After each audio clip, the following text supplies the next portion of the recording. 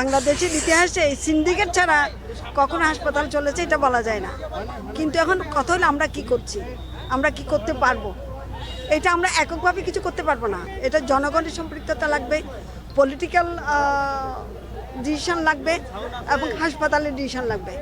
এখন ধরেন আমরা যেটা চেষ্টা করছি আমাদের এই গভর্নমেন্টের, যে কথাটা উনি বললেন ইজিপি, অর্থাৎ ইলেকট্রনিকভাবেই যাতে জিনিসটা কেনা যায়, তাতে আর আমার কাছে টেন্ডার দিয়ে যাওয়া এগুলো বিষয় থাকবে না।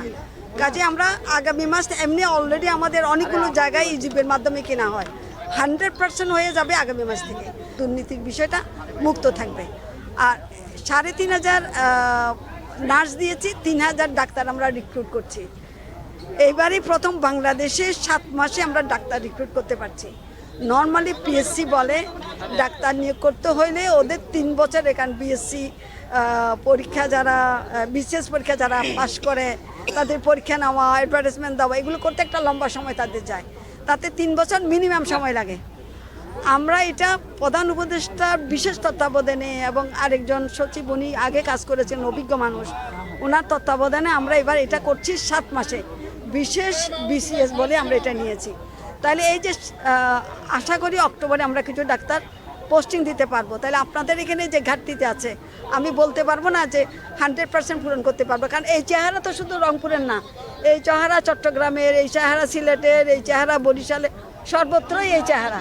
তাহলে আমরা আগের যে কাজগুলি তারা করে গেছে, আগের যে সমস্যাগুলি তারা সৃষ্টি করে গেছে, আমাদের একার পক্ষে তো এই মিনিস্ট্রির পক্ষে কিংবা ইন্টিম গভর্নমেন্টের পক্ষে দিনে দিনে এটা সমাধান করা সম্ভব না। আমরা চেষ্টা করছি, আশা করি ডাক্তার যখন আমরা পোস্টিং দিব সেটাও আমরা এই ভঙ্গিতে পোস্টিং দিব, তাতে অনেকটা কিছুটা হইল, অনেকটা না হলে কিছুটা হইল সমস্যা কমবে।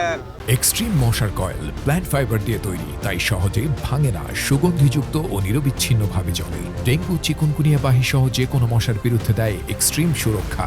সব তো লাগে, আমি শুধু গোড়াটা দিয়ে দিলে গাড়ি হবে না। হাসপাতালও সেই রকম, হাসপাতাল করতে হলে হাসপাতালের সাথে তার জনবল লাগে।